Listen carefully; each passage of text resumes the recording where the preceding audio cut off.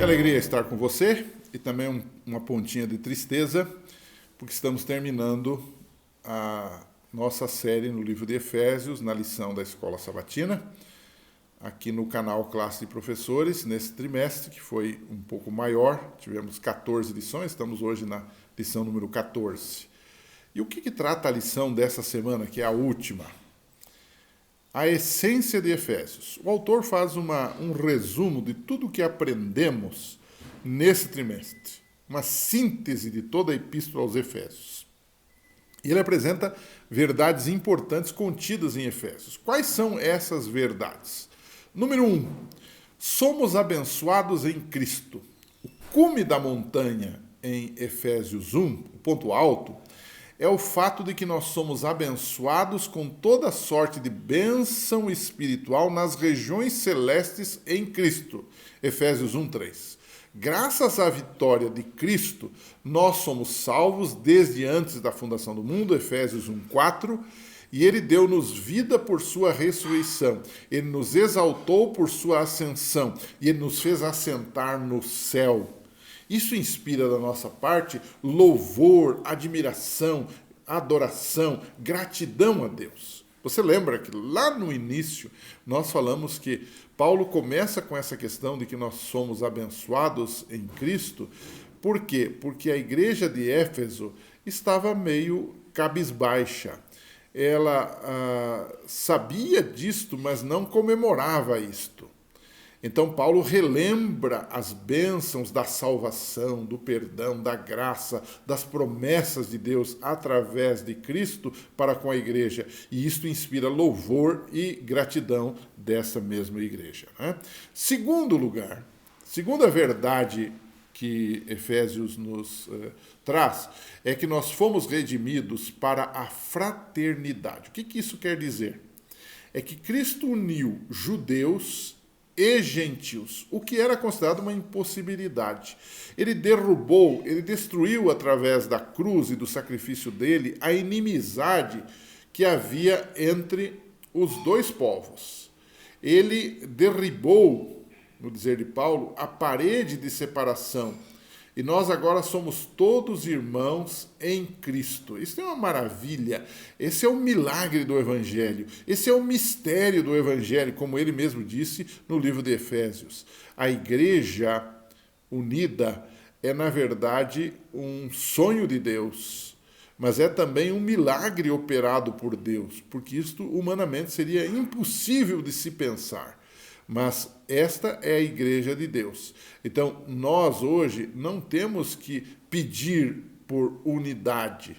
Nós temos que viver a unidade, porque a unidade já foi conquistada por Cristo na cruz do Calvário, no dizer do próprio livro de Efésios. Terceira verdade desta semana, resumindo o livro de Efésios. Nós somos a igreja do Deus vivo. E esta igreja existe com um propósito, para revelar o mistério de Deus, a saber que mediante o evangelho os gentios são co-herdeiros com Israel, membros do mesmo corpo e coparticipantes da promessa em Cristo Jesus, Efésios 3:6. E a intenção dessa graça era que agora, mediante a igreja, diz Paulo, a multiforme sabedoria de Deus se tornasse conhecida dos poderes e autoridades nas regiões celestes. Em outras palavras, igreja existe com propósito. Se a igreja não tem o propósito de proclamar as verdades da obra de Cristo, da salvação em Cristo, ela não deveria existir. Então, é um assunto para a gente conversar um pouquinho com a nossa unidade. Estamos nós transmitindo ou estamos apenas recebendo essa mensagem, né? Quarta verdade que está na lição dessa semana e está no livro de Efésios, devemos viver a unidade da fé. Como eu disse anteriormente, devemos andar nessa unidade conquistada por Cristo. Devemos fazer tudo, diz Paulo, para preservar essa unidade do Espírito, que a minha atitude, que os meus dons, que os meus talentos devam ser usados para a edificação do corpo de Cristo até que todos cheguemos à unidade da fé.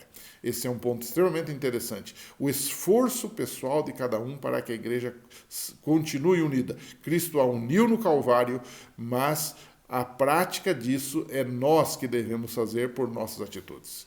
Quinto lugar, Devemos receber e transmitir graça. O capítulo 5 estabelece que, pela graça, maridos e esposas, pais e filhos, patrões e empregados devem viver agora sob a égide do Senhor e viver em amor como filhos da luz. Paulo trabalha com a unidade com Cristo, a unidade com a igreja, a unidade na família e a unidade nas relações sociais. É extremamente importante isso tudo, né? Sexto lugar, e último lugar, nós devemos lutar pela paz.